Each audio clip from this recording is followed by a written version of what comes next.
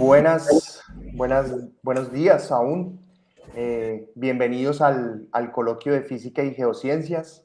Este es un espacio de divulgación de investigadores en las áreas de geología, oceanografía, física. El día de hoy, pues, tenemos una asociación con el Instituto de Desarrollo Sostenible de la Universidad del Norte, de la Facultad de Ingeniería, y este coloquio entonces de Hidroituango y desafíos en enseñanzas. Para mí es un placer presentar entonces a al ingeniero José Hilario López. Él es ingeniero de petróleos y geología de la Facultad de Minas del año 1964. Hizo algunos estudios de minería y geología en la Universidad de California, en Berkeley. Fue geólogo de la Colombian Petroleum Company de Chevron, geólogo del Ingiominas, asesor del ministro de Minas y Energía, director de geología en una empresa de ingeniería llamada Integral S.A., asesor de la ONU, gerente de GHL y Compañía Limitada, consultor de minería y geología. También ha sido profesor ad honorem de la Facultad Nacional de Minas, exmiembro de la comisión redactora del Código de Minas de 1988, expresidente de la Asociación de Egresados de la Facultad de Minas, expresidente de la Comisión de Altos Estudios de la Sociedad Antioqueña de Ingenieros y Arquitectos, la SAI, exmiembro, del Comité Energético de ProAntioquia. Tiene unas distinciones, pues no las dejo de último, no porque sean menores. Él es gran maestro de la ingeniería antioqueña y tiene una orden al mérito empresarial Mariscal Jorge Robledo. Actualmente y sus últimos años los ha dedicado a ser escritor y divulgador científico, y para mí es un placer el día de hoy presentarlo aquí con el ingeniero José Hilario. Bienvenido entonces a este espacio y voy a proceder entonces a poner tu presentación y me vas avisando entonces en la medida en que vayas queriendo que pase los slides. Bueno, buenos días. Un agradecimiento muy grande a Felipe por invitarme a participar con ustedes. La idea es hacer una presentación de unos 30, máximo 35 minutos y dejar un espacio final para preguntas y para discutir estos problemas, porque Hidroituango es el gran proyecto de ingeniería yo creo que el más grande que ha desarrollado en toda su historia la ingeniería colombiana, y hay mucho que aprender, hay mucho que asimilar, y que estamos empeñados no solamente en eso, en el aprendizaje, sino de salvar el proyecto, porque hay muchas fuerzas vivas y oscuras que quieren acabar con el proyecto. Mi función ahora fundamentalmente es ver a través de esta divulgación y otras acciones que estoy desarrollando asociado con amigos, ver no solamente cómo salvamos a Hidroituango, sino ver cómo salvamos al país de un futuro racionamiento y ver cómo cuidamos un activo muy importante que tiene Colombia, que se llama la ingeniería colombiana. No saben cuánta plata se ha ahorrado Colombia por tener las firmas de ingeniería y la capacidad de estudio y de diseño y de construcción que tiene Colombia. Yo que he recorrido, por fortuna, algunos países latinoamericanos y asiáticos, me doy cuenta de la plata que hemos podido ahorrar en Colombia al disponer de estas empresas de ingeniería de construcción colombianas. Sigamos, por favor, entonces, con la siguiente diapositiva. Los antecedentes del proyecto. El primer hombre, ingeniero colombiano, que concibió el proyecto es el doctor Lucio Chiquito, mi profesor. Hoy el doctor Lucio Chiquito tiene 107 años y todavía está activo profesionalmente. Ya entregó su tesis de doctorado a la Universidad de Manchester y está esperando a los 106 años obtener un PhD. de la Universidad de Manchester. Después, ese ingeniero presentó su proyecto, la presa de Ituango, en aquella época, de 4.000 megavatios de potencia instalada. Después vino José Tejada, gerente de Integral, y un memorando técnico que denominó Desarrollo Hidroeléctrico del Cauca Medio, presas escalonadas entre el departamento de la Virginia, del Risaralda y el norte de Antioquia, 7 centrales con embalses escalonados, 10.000 megavatios instalados, casi para esa época la misma capacidad instalada que tenía el país, mediante un contrato entre Interconexión S.A. ISA e Integral en 1971, financiado por el Banco Mundial. Empezaron los estudios de lo que llamábamos el Cauca Medio, y yo vine a Integral justamente en el año 71 a iniciar esos estudios como geólogo. Ninguno de los geólogos colombianos teníamos experiencia en trabajos con los ingenieros civiles. Yo tenía la fortuna de haber cursado algunos años de ingeniería civil en la Facultad de Minas, y también tenía mi formación de ingeniero de petróleos y de geólogo, y había trabajado algunas cosas con las compañías petroleras en oleoductos. Entonces eso me dio cierta ventaja para disponerme a aprender un nuevo arte que se llamaba la ingeniería geológica en Colombia. Nosotros, tal vez con IGT en Bogotá, fuimos los primeros geólogos que empezaron a trabajar esta nueva disciplina, la ingeniería geológica, la geología aplicada a la construcción, estudio y construcción de las obras civiles. Yo permanecí en Integral hasta el año de 1986, cuando hicimos el estudio, presentamos el estudio de factibilidad del proyecto Ituango, que en esa época lo llamábamos Pescadero Ituango. El proyecto se engavetó, nadie más se volvió a interesar en el país por eso. Yo me retiré de Integral, pero seguí promoviendo la posibilidad de que se impulsara el proyecto para darle trabajo a las firmas de ingeniería que estábamos sin trabajo en aquella época. Finalmente, en el año de 1998, se creó la Sociedad Hidroeléctrica de Ituango para hacer los diseños definitivos y para ver cómo se iniciaba la construcción de ese megaproyecto. Para tal efecto, se firmó entre el departamento de Antioquia, que era el socio mayoritario de la Sociedad de Hidroituango, y EPM, un BWMT, que por sus siglas en inglés es construir, operar, adueñarse del proyecto, mantenerlo, y después de cierto periodo de tiempo, 50 años en nuestro caso, devolvérselo al dueño, que era el departamento de Antioquia y las mismas empresas públicas de Medellín. Una estructuración de un proyecto muy compleja, porque el dueño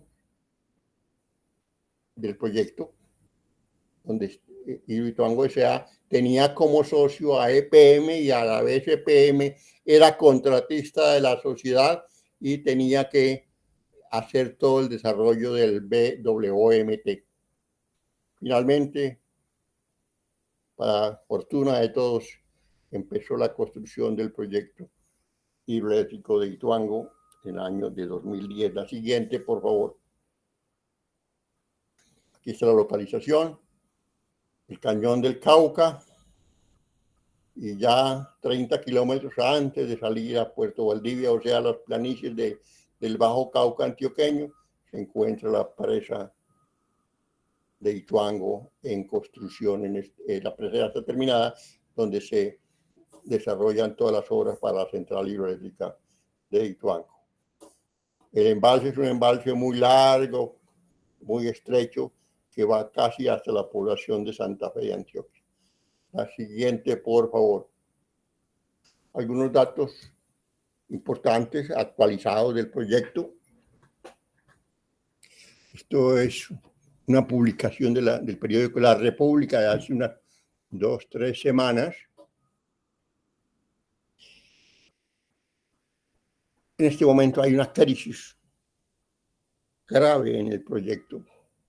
Es casi seguro que los actuales contratistas, lo mismo que los diseñadores y los interventores, salgan el 31 de diciembre. Entonces, EPM ha abierto una licitación para atraer nuevos contratistas, posiblemente contratistas extranjeros que se van a encargar de terminar lo que falta del proyecto. Eso es un hecho gravísimo para la seguridad energética del país y para la seguridad de los habitantes de la cuenca del río Cauca y aún del río Magdalena, aguas abajo de la presa, por lo que les voy a explicar más tarde. Eso va a significar con casi una gran seguridad un aumento de entre el 20 y el 30% del costo de generación, costo por kilovatio de generación en la futura central hidroeléctrica de Ituango, y un aumento de las tarifas del 5%, y va a significar seguramente la necesidad de prender las plantas térmicas que están casi todas localizadas en la costa Caribe con carbón como combustible o con gas importado como combustible. En este momento el proyecto ha avanzado en un 85%, solo falta por terminar un 15%. En esas condiciones es cuando EPM está empeñada, y el señor alcalde de Medellín, que es el presidente de la Junta y dueño del proyecto, dueño de EPM, porque EPM son las empresas públicas de Medellín, en sacar a los actuales subcontratistas de EPM y cambiarlos. ¿Quién sabe por qué?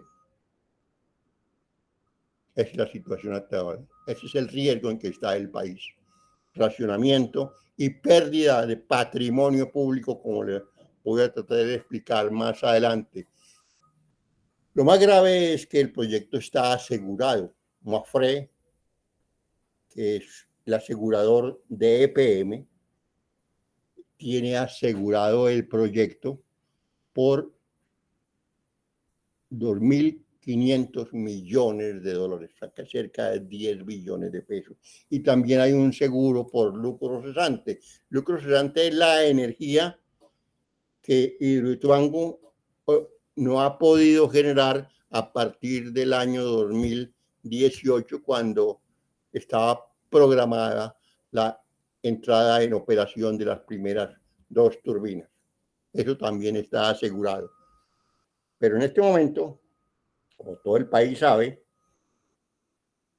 las empresas constructoras, los diseñadores, los interventores están demandados por 9.9 billones de pesos por EPM, y además la Contraloría General de la República acaba de dictar un fallo por detrimento patrimonial por 4.3 billones de pesos contra las firmas constructoras y contra dirigentes, gobernadores de Antioquia, alcaldes de Medellín y miembros de la junta directiva de EPM.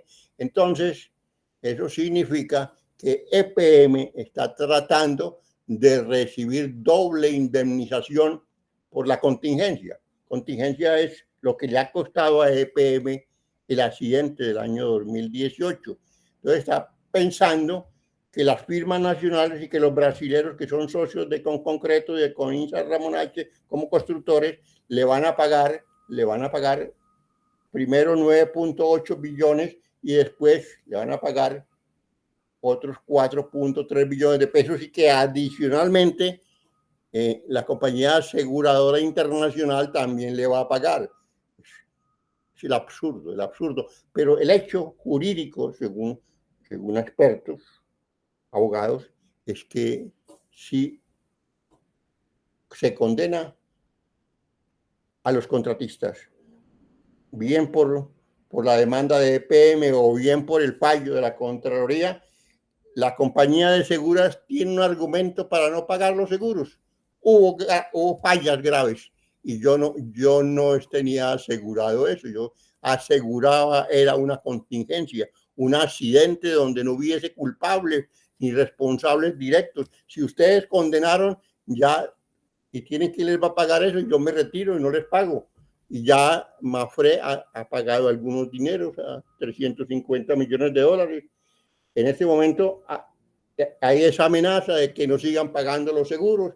El Banco Interamericano de Desarrollo, quien es el ente financiero internacional que está financiando a EPM para construir la obra, ya dijo, si cambian contratistas, nos retiramos del proyecto. Y seguramente el nuevo contratista que está buscando EPM para el año entrante sustituir a los actuales contratistas, no van a tener quien los asegure. Gravísima es la situación. Estamos en un mundo de caos, de confusión, el mundo del absurdo, lo he dicho yo.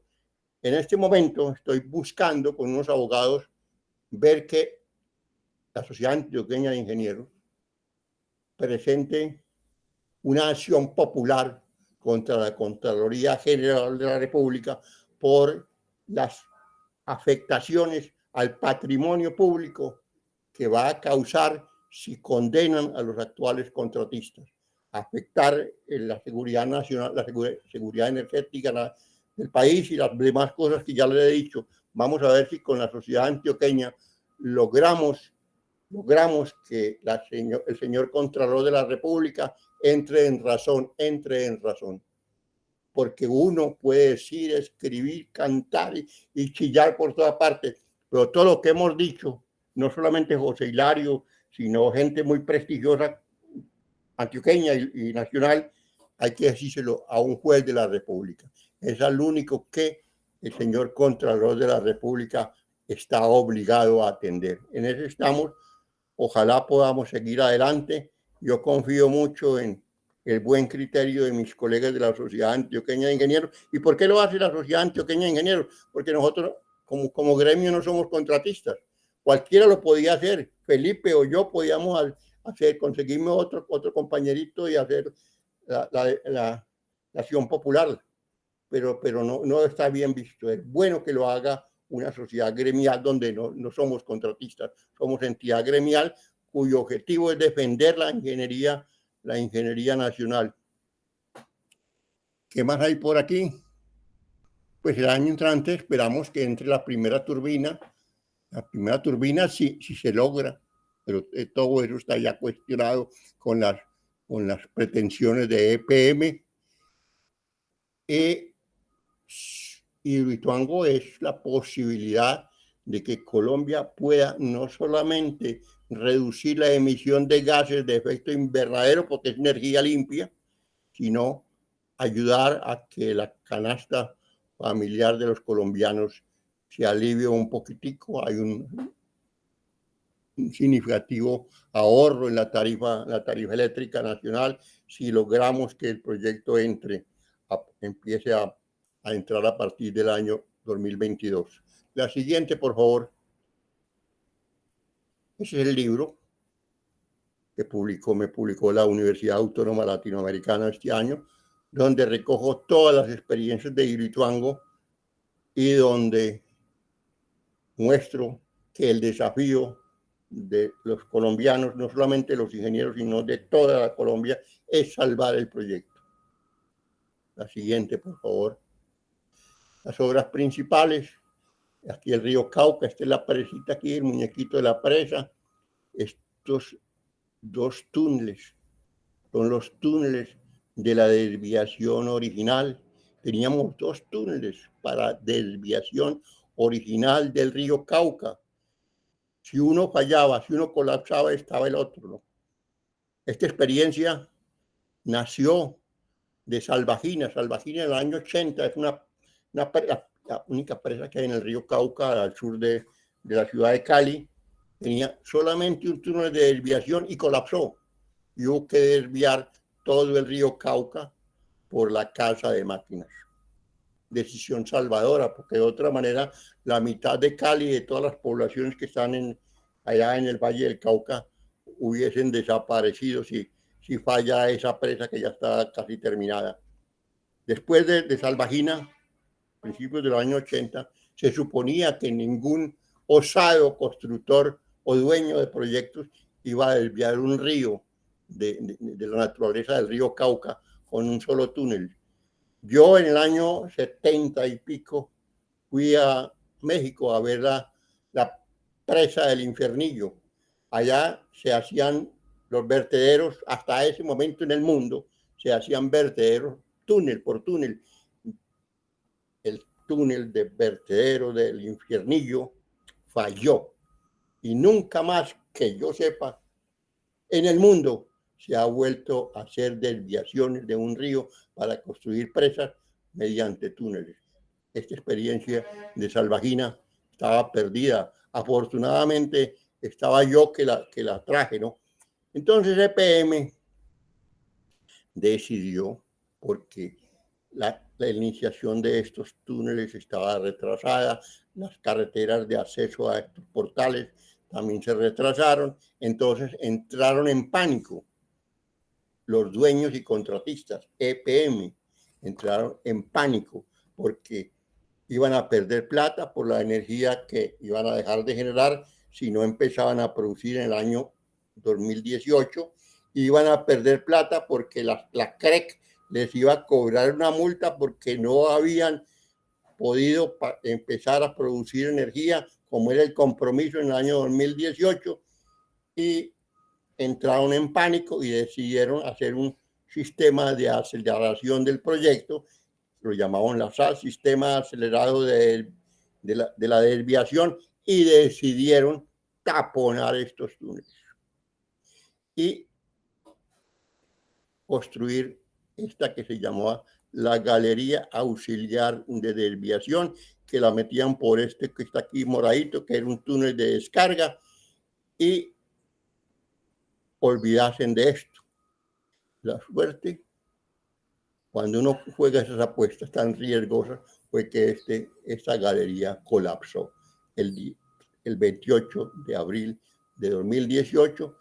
Estaba un punto más o menos en la abscisa 500, con 250 metros de techo en roca, y colapsó, y ese colapso llegó hasta la superficie, y esto es la chimenea que se formó en la superficie natural del terreno.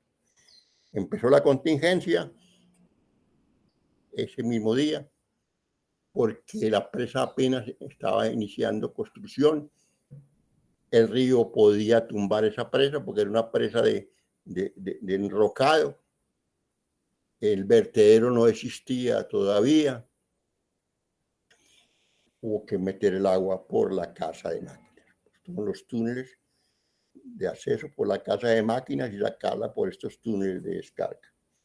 Con tan mala suerte que a los pocos días, el 13 de mayo de ese mismo año fatal de 2018, un túnel de estos se les destapó, se les destruyó un tapón y vino una inundación y acabó con parte de la población de Puerto Valdivia, aguas abajo, acabó con vías de comunicación, acabó con puentes y hizo un daño ambiental terrible, terrible. Ahí están las demandas de las comunidades contra EPM. Por eso hubo que desplazar toda esa población, hubo que desplazar cerca de 2.000 personas y tenerlas en refugios durante cerca de 2 años. Y todavía hay personas que no han podido regresar a sus poblaciones nativas. La siguiente, por favor. Un esquema. Los túneles originales de la desviación. La presa. La siguiente, por favor.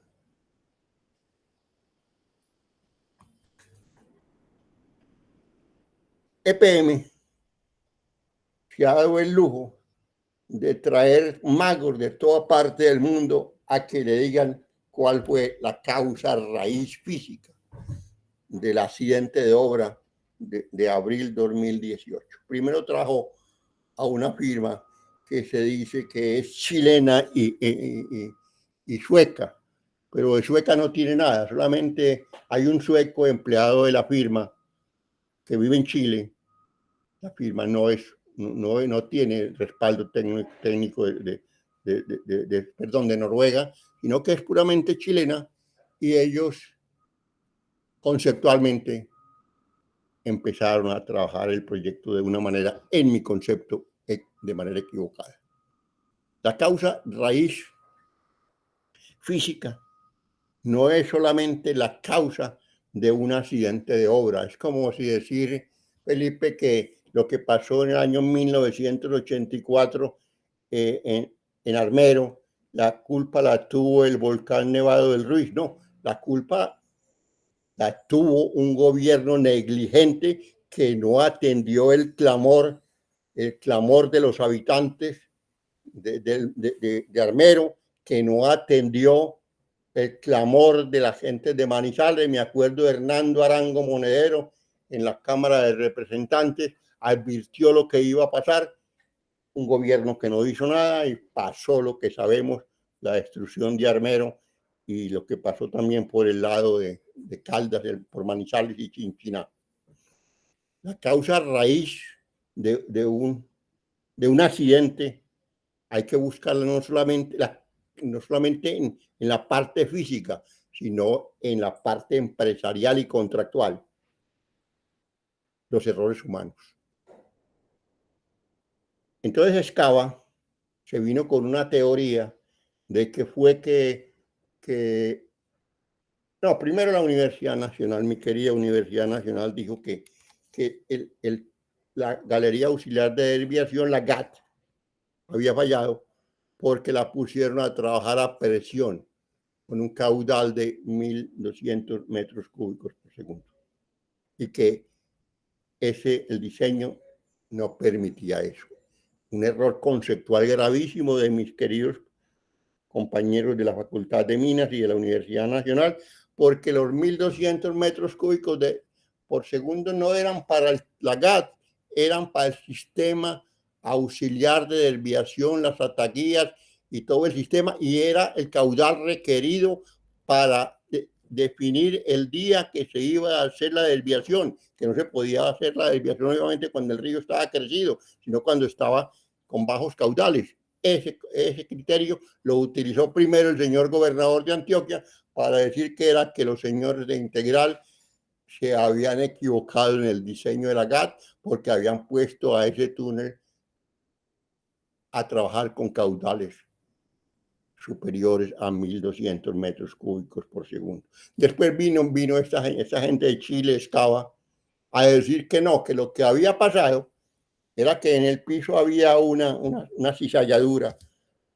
Pues ustedes los geólogos saben que cizalladura es una pequeña falla donde no hay un desplazamiento grande, ni hay mucha afectación al material de relleno.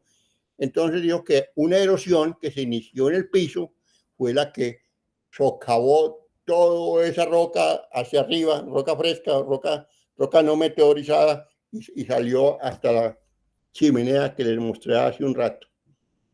Pues es una hipótesis, pero nadie puede entrar a comprobar eso, porque ese piso de la GAT, donde se supone que empezó la erosión que dice Escava, nadie lo ha visto, porque el río se desvió sin haber limpiado el piso de la galería.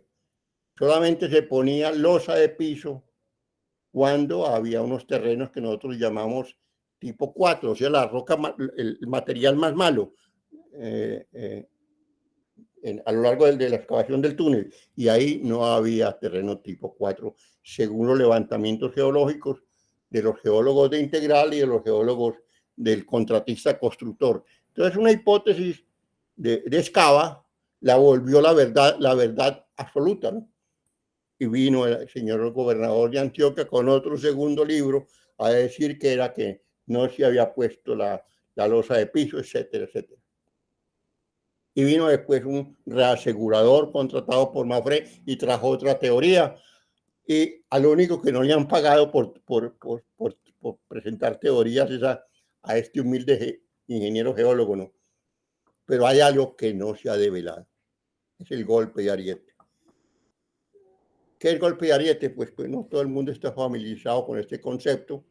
Es el evento producido por la interrupción brusca de un flujo de agua en una tubería o túnel donde por inercia las partículas del fluido que se han detenido cuando se taponó, empujadas por las que vienen inmediatamente detrás y que siguen aún en movimiento, generando una onda de sobrepresión que se desplaza por la tubería o túnel.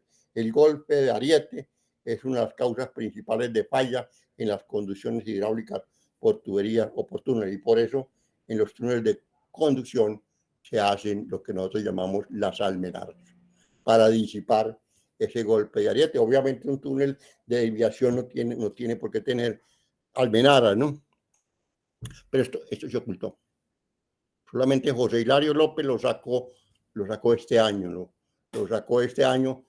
Por alguna razón nadie había hablado de eso, ni me lo van a pagar tampoco, pero es muy posible que esta pudo haber sido la causa de raíz física que ocasionó, y lo ocasionó por lo que vamos a ver en la siguiente diapositiva, Felipe. Esta es una presentación que hizo EPM en el Consejo de Medellín en el mes de julio de 1918, unos pocos meses después de la siguiente. Mire, aquí fue donde falló el 28 de abril. Pero en los días previos, primeros días de abril, el río estaba represado. Estaba represado porque muy seguramente la GAT estaba taponada, y estaba taponada por material orgánico, biomasa que en parte no había tenido tiempo para llenar un embalse. Lo que nosotros llamamos el vaso se limpia de materia orgánica, porque esa materia orgánica descompuesta en condiciones anaeróbicas sin oxígeno produce metano y produce metilmercurio, etcétera. Entonces, las buenas prácticas de ingeniería enseñan que hay que limpiar el vaso, o sea, la superficie del cañón que va a ser inundado. Entonces, vino material que todavía no se ha podido recoger ese mes de abril, talado por una firma costeña que se llama Refocosta, y material que venía desde los nacimientos del río, sobre todo de la zona cafetera, porque hay mucha guadua, y la guadua es un cultivo de las orillas de los ríos, principalmente en la zona cafetera de lo que llamamos nosotros el viejo Caldas, o sea, el eje cafetero. Este es lo que pasó, la famosa chimenea en superficie, material, ahí estaban extrayendo la galería auxiliar de desviación casi taponada los días previos a la siguiente. Sigamos, por favor, con la siguiente diapositiva. Mire esto, esta es la galería auxiliar de desviación. El día 4 de abril, o sea, casi un mes antes de la siguiente, casi tapada, ¿no?, por material que había venido de arriba, material vegetal, en detritos de cantidad de deslizamientos que habían ocurrido en esos días dentro del cañón. Lo que decía el colega que está en los Estados Unidos, es un cañón muy joven, y entonces las laderas son inestables, y con esas precipitaciones de ese mes de abril fatal, pues produjo mucho detrito, y ese detrito sumado a la madera talada que no se ha podido retirar, y a la guadua que venía en el río con la creciente desde aguas arriba, taponó la GAT, y eso es lo que decimos con el golpe de Ariete. El agua en la práctica es casi incompresible, pero con esa presión hay algo de compresión, y al liberarse ese esfuerzo produce una bomba atómica. Y una bomba atómica es lo único que puede explicar que 250 metros de techo en roca fresca, que llaman los ingenieros, los geólogos llamamos roca no meteorizada, pudiera colapsar un techo de 250 metros en roca. Y que las compuertas que estaban a 1200 metros aguas abajo, cada pieza de esas pesaba 250 toneladas y las removió. Esa fuerza tan intensa del golpe de Ariete. Y lo más importante es este hecho evidente. La siguiente diapositiva, por favor. Bueno, más material orgánico en los días previos al accidente. Todo este material fue el que se metió a la galería y la taponó. Creo que esta es la galería. La siguiente, por favor, que era lo que quería decir, que fue los hechos, los datos, porque los ingenieros hablamos con datos, así como los geólogos también hablamos con datos. Uno puede echar toda la cháchara, toda la carreta que quiera, pero si no tiene datos, no está diciendo nada veraz, o creíble, o plausible. La red instalada de microsismógrafos que operaba integral en la zona indicó que ese 28 de abril ocurrieron 2 microsismos. El segundo de ellos fue atribuido, sin lugar de dudas, a una explosión que ocurrió en el sitio. Golpe de Ariete, probablemente. Lo que ya les dije, la destrucción de las compuertas, con el golpe, por la energía liberada, por el golpe de Ariete, 1000 toneladas por metro cuadrado. Esa era la presión que generó el segundo microsismo registrado, y están los registros. Y Refocosta, que es la firma que había contratado EPM para que le hiciera la limpieza del vaso, le talara la madera para tener limpiecito el espacio que iba a inundar, observó ese día que un movimiento leve del agua en la zona del embalse cercano al portal de entrada de la gata. El agua se devolvió y hubo un gran sonido de aire a presión y una ola hacia afuera. Ellos estaban ahí cerquita en la entrada de la galería, empujando material de biomasa hacia afuera. Esos son datos. Eso no es especulación como lo excavan ni conceptos fuera de soporte técnico, ¿no? Estos son datos, ¿no?, que me permiten a mí plantear una hipótesis que se llama el golpe de Ariete. No es la verdad de las verdades, la verdad absoluta. La verdad absoluta definitiva, me atrevo a sostener que nunca nadie la va a tener. Por eso están condenando a Integral, que es el diseñador asesor, están condenando al interventor, que es Ingetec de Bogotá y CEDIC de Medellín, y por eso están condenando a Conconcreto y a Coninsa Ramenache, que son los constructores antioqueños, y a Camargo Correa, que es la firma brasilera que está asociada con estos dos últimos para formar el consorcio constructor. La siguiente, por favor.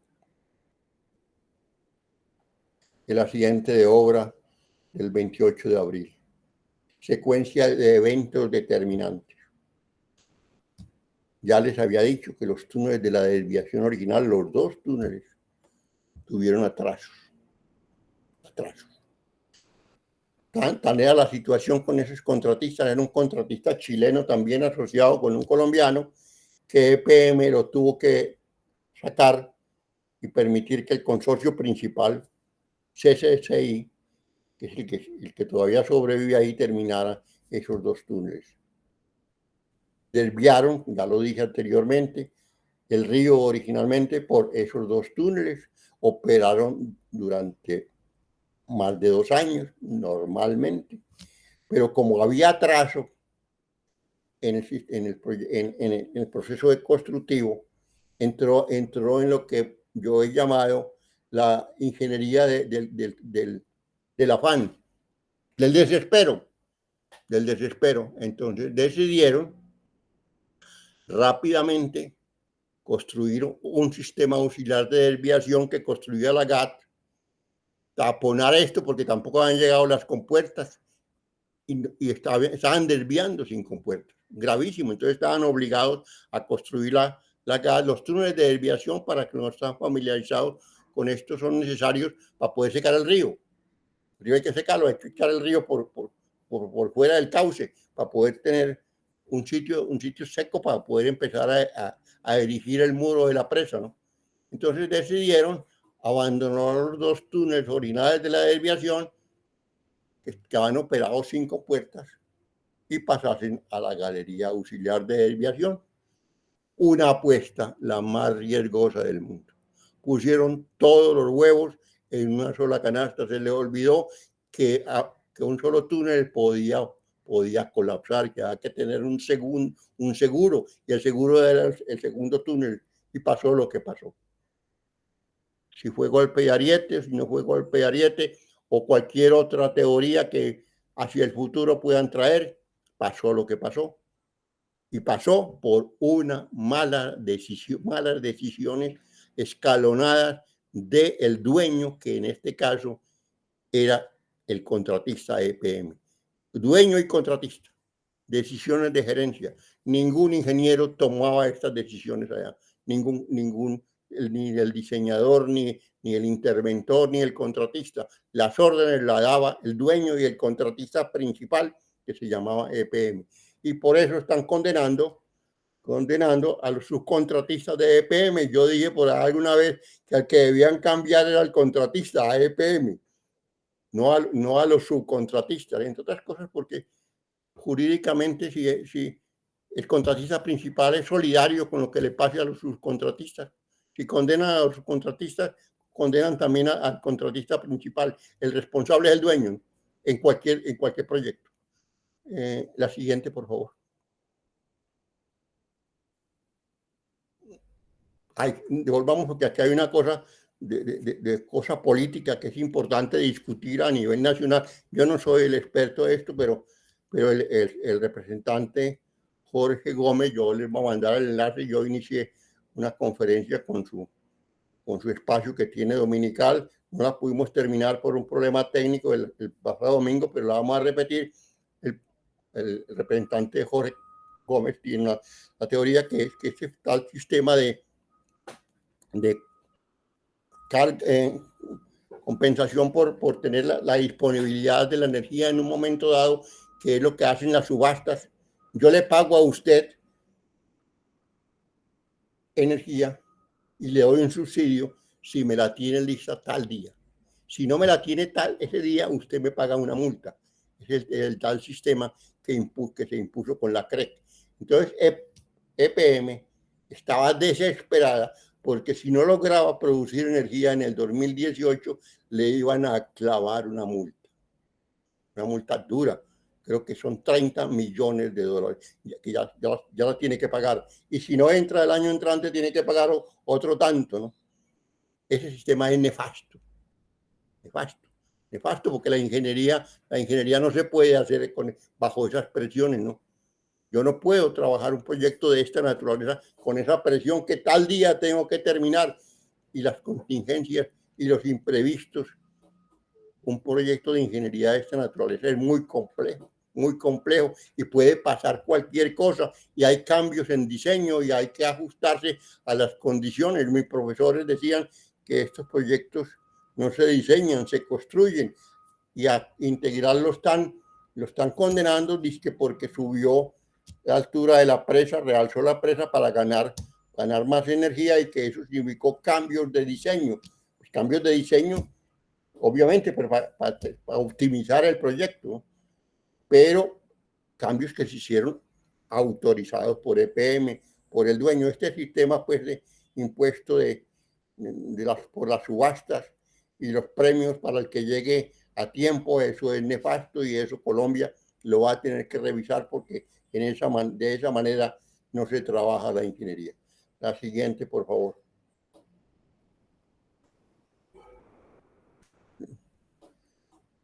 La desviación por casa de máquinas, pues que hubo que hacer ese nefasto finales del mes de abril del 2018, pues destruyó todo el equipo de generación y de transformación que ya estaba instalado, que estaba instalando dentro de la casa de máquinas. Hubo que, ya dijimos, por la falla de uno de los túneles originales, el tapón de uno de los túneles originales de la desviación, hubo que realojar una cantidad grande de población aguas abajo. Se destruyeron carreteras, puentes, se afectaron los ecosistemas. Sobre esto, pues los ecólogos están trabajando mucho porque el río Cauca ya no lleva nutrientes aguas abajo de la presa y la población acuática está desapareciendo y los pescadores están sufriendo y los mineros están sufriendo porque todos los sedimentos que trae el río Cauca desde arriba, desde el macizo, gran macizo colombiano, pues se están quedando en la presa. Prueba de eso es el famoso buchón, o sea, esa vegetación acuática, ¿no? Los ecosistemas se afectaron y el conflicto con las comunidades que va a persistir por secular. Las comunidades aguas abajo y las comunidades también en la zona del embalse. Adelante, por favor. Esto sí es el concepto que yo anticipé ahora, que es la famosa causa raíz, ¿no? Es la suma de la causa raíz física, el hecho físico que causó el accidente, más la causa de raíz humana, más la causa de raíz organizacional. O sea, la organización es una organización tan compleja que el dueño es a la vez el contratista, un sistema contractual muy complejo que nadie puede explicarme a mí cómo opera eso.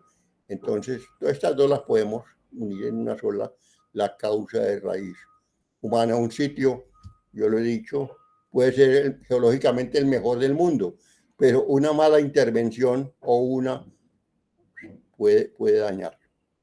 El sitio era bueno, pero una mala intervención por causas humanas fue la que nos produjo esa catástrofe. Ya les dije esto de la Universidad Nacional, un error conceptual. La siguiente, por favor. El informe de Escava, señores de Escava, se ganaron un billete grande, como dicen en Barranquilla, por traer la hipótesis. El ajustador, otro señor por allá europeo, vino con otra tesis, que era que había habido sobreexcavaciones y que esas sobreexcavaciones no se han tratado suficientemente y que eso había sido la causa de raíz. Total. Solo hay un responsable principal, EPM. Mediante ese WMT se responsabiliza a EPM como contratista constructor, quien además es socio importante de la sociedad dueña Hidroituango S.A. Responsabilidad es esa, la culpa. Nosotros los ingenieros no somos jueces. La culpa la dirán los jueces de la República. La siguiente, por favor. Lo que sigue. Hay un vertedero desde el año 2018 que se logró terminar, afortunadamente, transportando todo el caudal del río Cauca. En este momento llevamos 3 años y medio pasando el río Cauca por un canal artificial que no fue diseñado para eso. Un vertedero se diseña y se construye única y exclusivamente para evacuar las crecientes del río.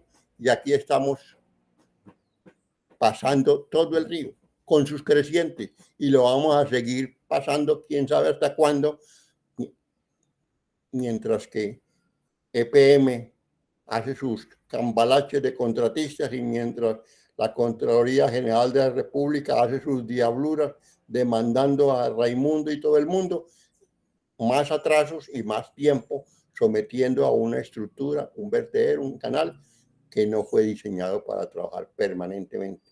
Las almenaras de los túneles de conducción no están terminadas. Falta un sistema de descarga intermedio por construir. Hay que tener un sistema de descarga intermedia para cualquier emergencia. Hay que vaciar el embalse a ver qué pasó. No se ha hecho ni se sabe cuándo se va a hacer. Y los deslizamientos que decía el colega que está en los Estados Unidos, ¿cómo es que se llama? Que me comentó Felipe inicialmente en un... Nicolás Pérez. Nicolás, todas esas laderas inestables. Hay un gran deslizamiento que descubrimos nosotros con Woodward Klein en la década de los 70, que se llama el Guásimo, sin exagerar, no es una exageración paisa, es el de Woodward Klein Consultants de San Francisco, que es una de las firmas de geología y geomorfología más prestigiosas del mundo y en riesgo sísmico. Dice que es el deslizamiento más grande del mundo, el deslizamiento del Guásimo. Queda más o menos en la mitad del embalse. Ese deslizamiento ocurrió en épocas históricas, un poquitico antes de llegar los españoles. Ocurrió el último represamiento del río Cauca, que creó un embalse natural que subió hasta Santa Fe de Antioquia. Y anteriormente había habido otros 2 represamientos del río Cauca y ahí está el deslizamiento. Ahí está, esperando una temporada de altas lluvias, alta pluviosidad y un pequeño sismo que remueva esa masa y la deposite en la mitad del embalse. Eso no va a causar una tragedia humana, pero va a destruir el embalse, y sin embalse no hay central hidroeléctrica de Ituango, y nadie, y José Hilario López está hablando de ese deslizamiento desde el año 80 y nadie ha querido hacer nada. Y los riesgos jurídicos, que son tanto o mayormente graves que los riesgos físicos, la demanda de EPM contra sus contratistas, están demandados por 9 billones de pesos. Ningún ente sensato ni ninguna persona sensata se le ocurre que las firmas de ingeniería tienen con qué pagar eso. Pero sí los van a destruir. Los van a destruir. Y vienen entonces las demandas contra EPM y las comunidades aguas abajo. Viene la suspensión de la licencia ambiental. En este momento el proyecto no tiene licencia ambiental, está solamente autorizado por la autoridad ambiental para terminar las obras que permitan salvar el proyecto. Y viene finalmente la siguiente, por favor, el famoso fallo de la Contraloría General de la República. Como si eso fuera poco, incumple EPM con la CREC, ya incumplió una vez, va a cumplir con plena seguridad el año entrante, más plática que tiene que sacar EPM, más plática que pierde el municipio de Medellín, porque toda la obra social en el municipio de Medellín, que es un municipio modelo y muchas cosas, se debe a la plática que le entrega anualmente EPM a su dueño, que es el municipio. El sector eléctrico nacional, pues, racionamiento o quemar carbono, importar gas para prender las térmicas de la costa atlántica. Además, esos generadores deben estar felices, ¿no?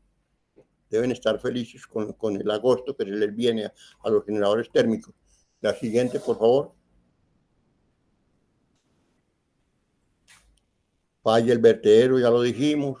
Racionamiento, mayor generación térmica, gases de efecto invernadero por la quema de carbono gas en las térmicas de la costa, principalmente, mayores precios del kilovatio hora, pérdida reputacional de la ingeniería nacional. Esto es gravísimo. Si uno se desprestigia como consultor o como ingeniero, se muere de hambre. Muere de hambre. Los ingenieros y los profesionales podemos ejercer nuestra profesión y vivir dignamente por el prestigio y la honestidad profesional. Si uno pierde su reputación, se muere. como si un cura lo acusan de pedastría, abuso de menores. Jamás nadie se vuelve a confesar con él, ¿no? Liquidación de todas las firmas de ingeniería nacional que están ahí y beneficio al fisco nacional, ninguno. Acaba con todo, hasta con el nido de la perra, y la nación no va a ganar un peso. Porque los brasileños tienen su plata en Brasil. Las firmas nacionales ya se declararon en quiebra, en insolvencia. No tienen con qué pagar. Y el gobierno nacional va a hacer todos estos daños. Además, se van a perder los seguros que recibiría EPM y nada. Yo no sé qué está pensando el señor Contralor de la República. Ayer un representante de la Cámara me decía que el señor Contralor de la República vería gozoso que esa acción popular que iniciamos triunfara y le permitiera salir de a ese señor Contralor del atolladero en que está metido. Sería la salvación. Vamos a ver si de pronto la Sociedad Antioqueña de Ingenieros se atreve a hacer esto. Eso es lo que hay que hacer. Sin miedo, porque hay que defender sus derechos y defender los derechos del país y los derechos de la profesión. Eso no es un atentado contra nadie. El señor Contralor me decía este amigo representante de la Cámara, estaría feliz que prosperara esa acción popular y saliese de ese lío tan berriondo donde se metió. La siguiente, por favor. Conclusiones. Ya lo dijimos, pero vale la pena. EPM contratista y accionista de la sociedad. Contratista sin experiencia. EPM ha manejado como el mejor en Latinoamérica los recursos hídricos en Antioquia y en Colombia. Es un modelo de organización empresarial, asociación público-privada, modelo que no se ha podido, dice el Banco Mundial, replicar en otra parte del mundo, solamente se logró en Antioquia. Pero EPM nunca había sido contratista. Aquí en Antioquia creen que porque uno es bueno para una cosa es bueno para todo, ¿no? Zapatero a sus zapatos.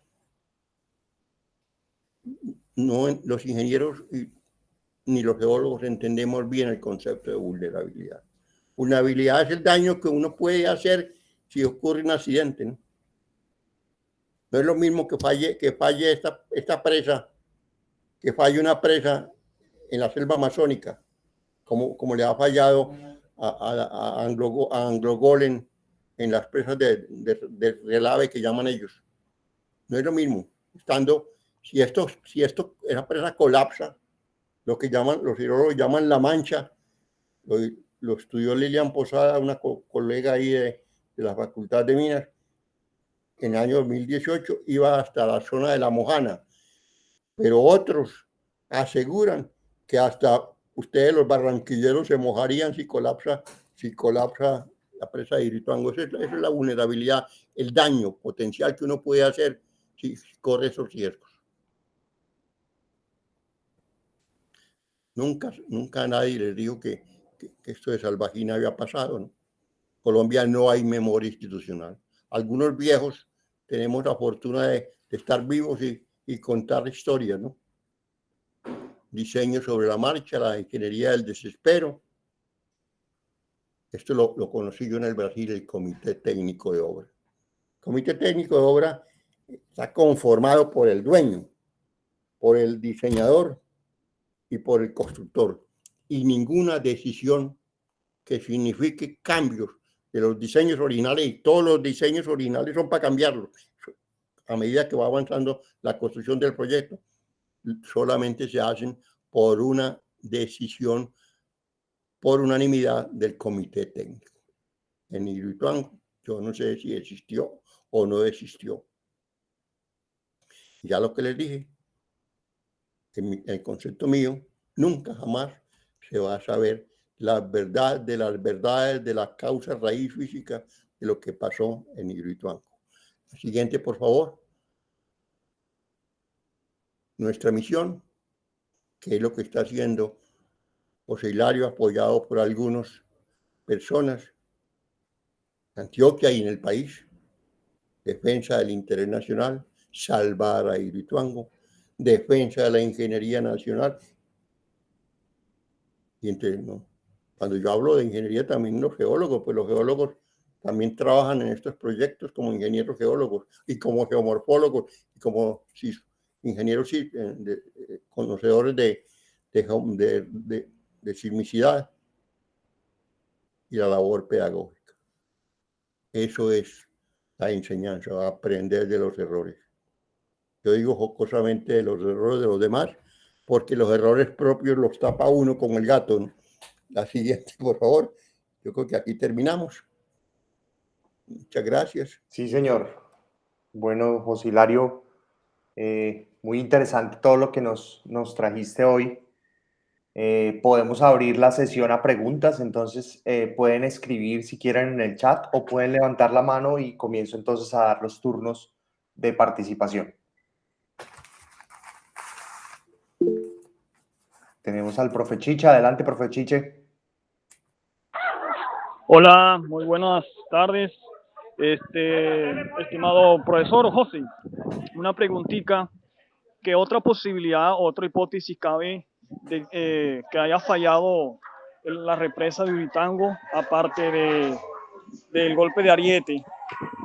Mire, antes que me responda, no sé si cabe la posibilidad de que haya un fenómeno de cavitación. No sé si conoce el fenómeno de cavitación.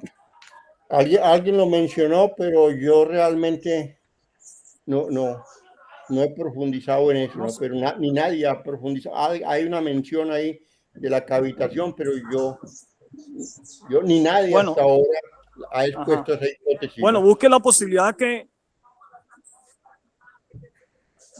posibilidad de una cavitación. Le explico así brevemente. Yo soy ingeniero mecánico.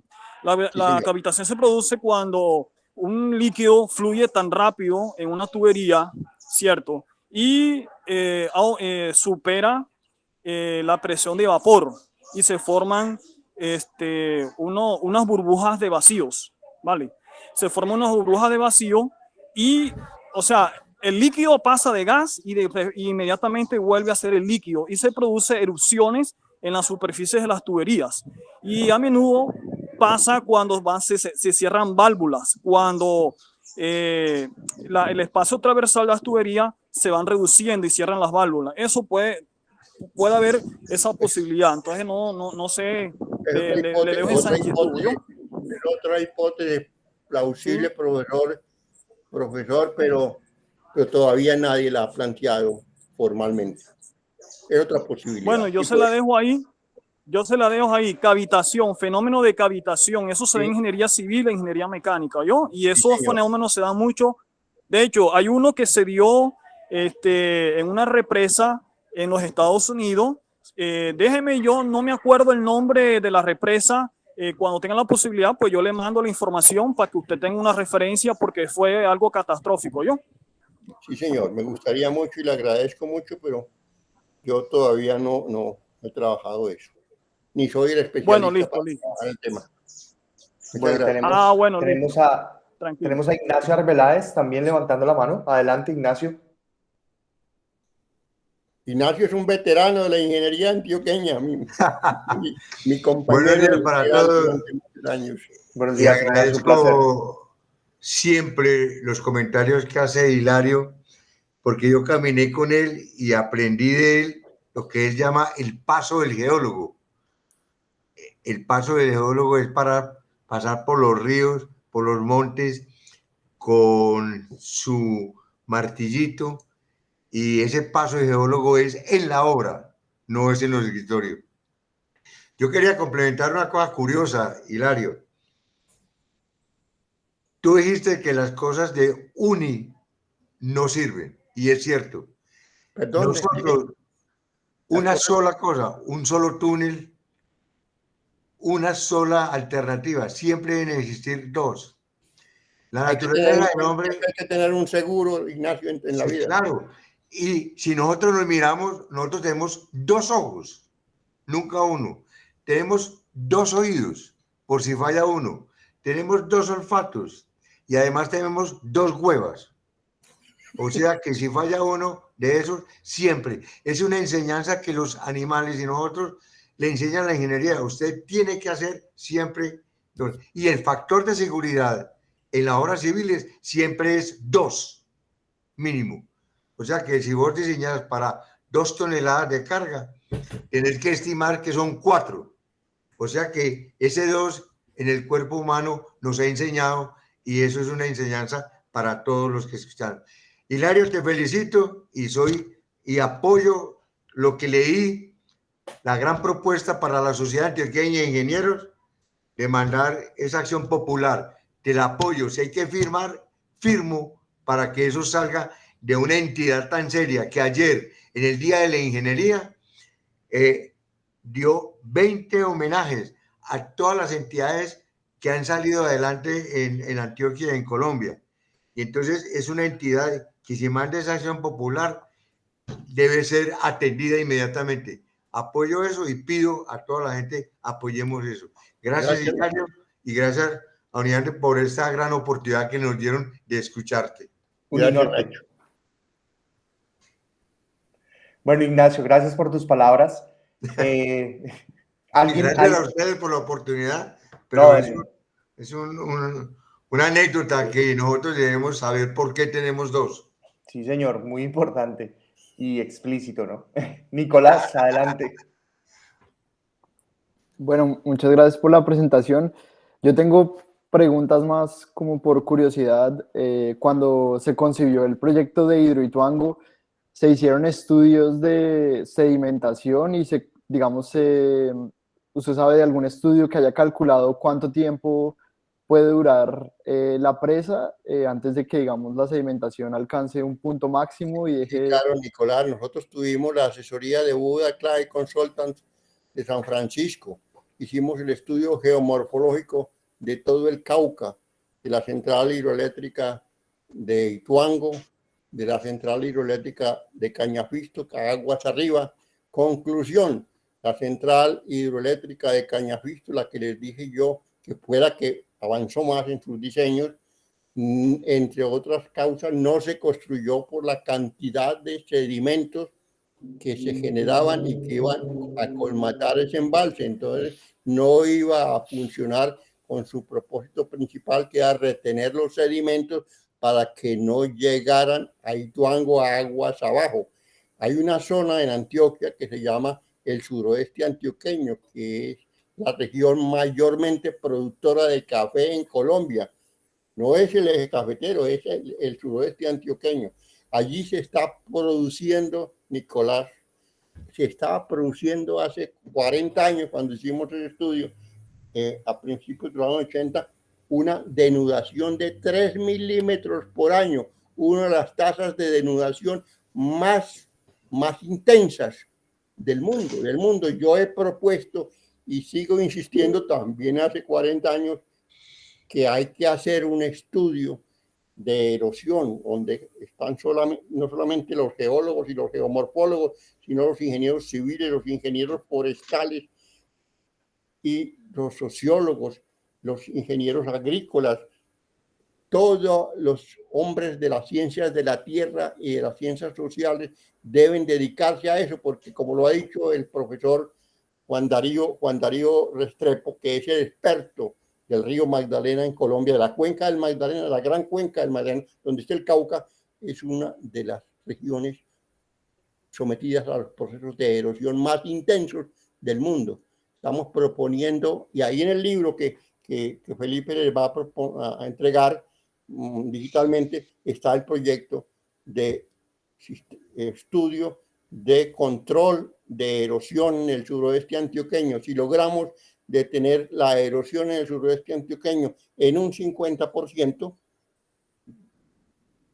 le arreglamos un problema a Hidroituango que tiene que arreglar, fuera del deslizamiento del Guásimo, que en 10 años se va a perder el 50% de la capacidad útil del embalse por la erosión de la cuenca, y la mayor parte de los sedimentos, más del 50%, proceden del suroeste antioqueño. Eso se ha hecho. Muy interesante. ¿Hay alguna forma de conseguir una copia de esos estudios, o de pronto, si en algún momento yo voy a... Yo los tengo aquí en mi oficina, los tiene Integral, Con muchísimo gusto. Si usted con Felipe me manda un correo electrónico, le mando resúmenes que yo he hecho para divulgar esos estudios.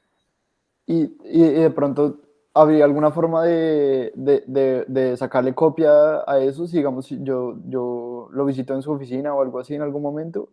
Venga a Medellín y con mucho gusto fotocopiamos. Muchas gracias. No, solamente para complementar lo que usted dijo, eso es parte como de los estudios que yo quisiera hacer también y que En Integral también lo encuentra. La firma Integral tiene los estudios completos. Bueno, actualmente colectamos muestras en varios ríos que drenan tributarios que drenan hacia la represa, pero del flanco occidental, digamos, ríos que van como en Sabana Larga y en ese flanco, digamos, en el costado oriental del cañón. Pero mi idea es también colectar del lado occidental, digamos, de la parte de la cordillera occidental, todos esos ríos que drenen hacia el proyecto para estimar las tasas de erosión de esa región. Y lo que usted dice de la parte del suroccidente antioqueño me parece supremamente interesante porque 3 milímetros por año sin duda es una tasa altísima. Sí, señor. Con muchísimo gusto le comparto los resúmenes y cuando podamos sacamos copia de los estudios porque después de 40 años ya la propiedad intelectual de los documentos se pierde, ¿no? Ya esos documentos son públicos. Después de 40 años ya eso lo supe ahora con el libro de Juan de la Cruz Posada. ¿Tenemos algún comentario más, alguna pregunta más?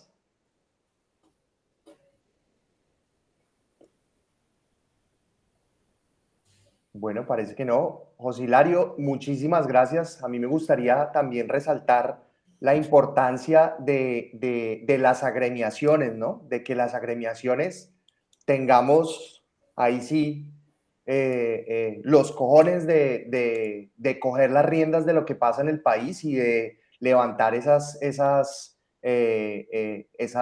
acciones populares o esas, sí, digamos que esas intervenciones que se pueden hacer desde lo civil, pero las agremiaciones es muy importante porque eso le da un peso, digamos, mayor y es el peso académico y gremial, ¿no? O sea, a Sí. eso. Entonces me parece totalmente de acuerdo, que es de Felipe. resaltar eso. Entonces, no solamente las de Antioquia, sino las de los otros departamentos, porque es que este es un problema nacional. Acuérdense que es el 17% de la energía de Colombia, que lo tenemos que salvar. Y hay que salvarlo técnicamente y salvarlo jurídicamente. No, con toda seguridad esta grabación se la vamos a hacer llegar a otras agremiaciones que podrían llegar a sumarse a esta iniciativa, ¿no? No es un problema de los paisas, no es un problema nacional. No, es nacional. Es que inclusive las aguas no son de Antioquia, las aguas nacen desde el sur de Colombia y recogemos todas las aguas como de 10 departamentos para con esas aguas producir energía para todo el país. Es que eso es una cosa nacional. Ahora, hay que saber que el Cauca es una erosión de sur a norte producida por una falla que Hilario la conoce mucho, la falla Romeral, la del Espíritu Santo. El sistema de fallas del Cauca que llamamos los geólogos. La del Cauca es una zona muy difícil y lo que decía Hilario es cierto. Usted diseña con condiciones normales, pero durante la construcción pueden suceder muchos imprevistos que pueden afectar un mes, 2 meses, 3 meses, pero si se choca con una fecha real, física, inmovilible, eso es inaceptable, ni siquiera para alguna enfermedad de uno. A uno no le pueden decir, usted en 3 meses se muere. No, espere a ver. Las subastas son nefastas, Nacho, ese sistema de subastas es nefasto. Lo del libro, ¿dónde se consigue, Hilario y Felipe? ¿Cuál es el que mostraste ahí? Ingeniería y Ciencias de la Vida. Yo tengo uno en regalo porque la Universidad Nacional no lo llevó a la imprenta. Yo saqué 100 ejemplares para regalarle a mis amigos y aquí le tengo el suyo. Ah, bueno, yo tengo también el mío de ferrocarriles. Claro.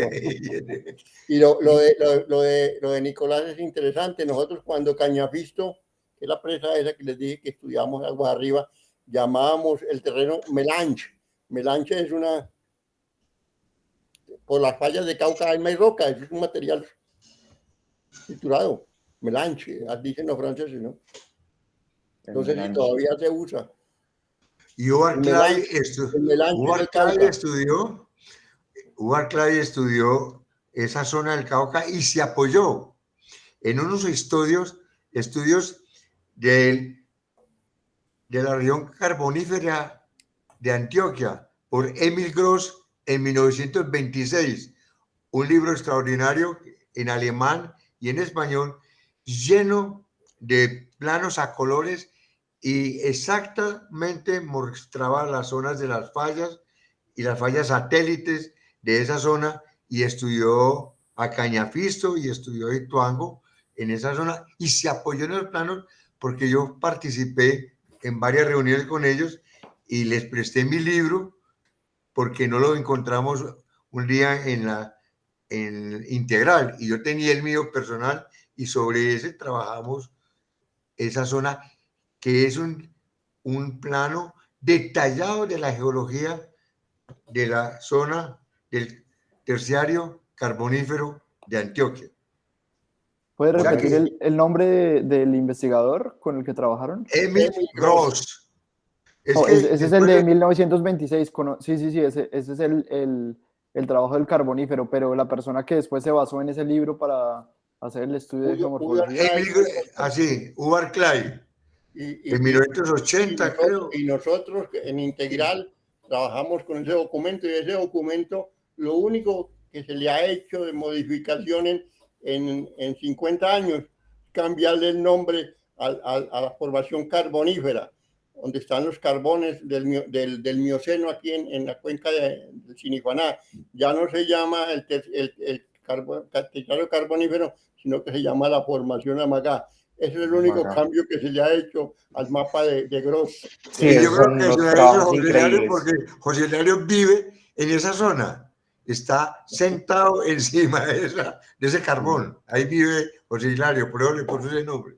Bueno, excelentes comentarios los de todos. Me alegra mucho pues haberlos tenido acá, Ignacio, Nicolás, José Hilario, sobre todo por la charla que nos dio. Este espacio precisamente es para eso, para que nos conozcamos. Invite a Nacho. Nacho es un hombre que conoce cosas. Sí, señor, sí, señor. Estaré buscándote, Ignacio, sí, señor. Inclusive, yo trabajé en Ituango en 1978, en perforaciones profundas, con los talaros de Integral. Era tan pendientes las laderas que teníamos un helicóptero que llevaba el varillaje y llevaba los talaros colgados del helicóptero y los asentaba en explanaciones de 20 metros o 10 metros que podíamos hacer dentro de los árboles. Y hubo una perforación que bajó hasta por debajo del nivel del mar. El vertedero está en la 1900. Hicimos perforaciones de 200 y más metros. O sea que la punta bajó por debajo del nivel cero. Y esas perforaciones mostraron y se guardaron todas, y creo que todavía están guardadas en Solingral. Y ese estudio empezó, como decía José Hilario, desde 1965. Ese proyecto lleva 50 años demasiado, desde el punto de vista de concepción de los 5 represas que son, creo que Apaví, Farallones, Cañafisto, Ituango y Zarapa. Son 5 proyectos en línea, como el Mississippi, que tiene proyectos en línea buscando el desnivel que hay entre de la cota casi 1000 a la cota 0. De eso hay más de 50 años de estudios y de concepciones para tener éxito, y el diseño es espectacular. La foto que está ahí es un diseño espectacular de cómo se enfrentó esa zona. O sea que no, muchas gracias a Felipe. No, parece y gracias por admitirme los comentarios de este ingeniero civil que se le pegó mucho a Está Hilario. invitado para la próxima. Adelante, Ignacio. bienvenido. Bueno. Estaré contactándote, Ignacio. Sí. A los asistentes, pues muchas gracias por permanecer aquí en el evento. Posteriormente, para los interesados, esto va a quedar grabado entonces en el canal de YouTube, en mi canal de YouTube de Felipe Lamus, para quienes quieran verlo. José Hilario, muchas gracias entonces por haber atendido a esta invitación. Para todos. Un gusto, hasta luego. Muy gracias, Felipe, y gracias, Nacho, Hilario, hablamos más tarde por compañero. teléfono. Nacho, Chay. te llamo más tarde para comentarte una cosa en privado. Qué bueno. Bueno, Pero sigamos Hasta para adelante, luego. Hilario, con Bueno. toda la idea que traiste. adiós. Hasta luego, gracias. Hasta luego. Gracias, Felipe.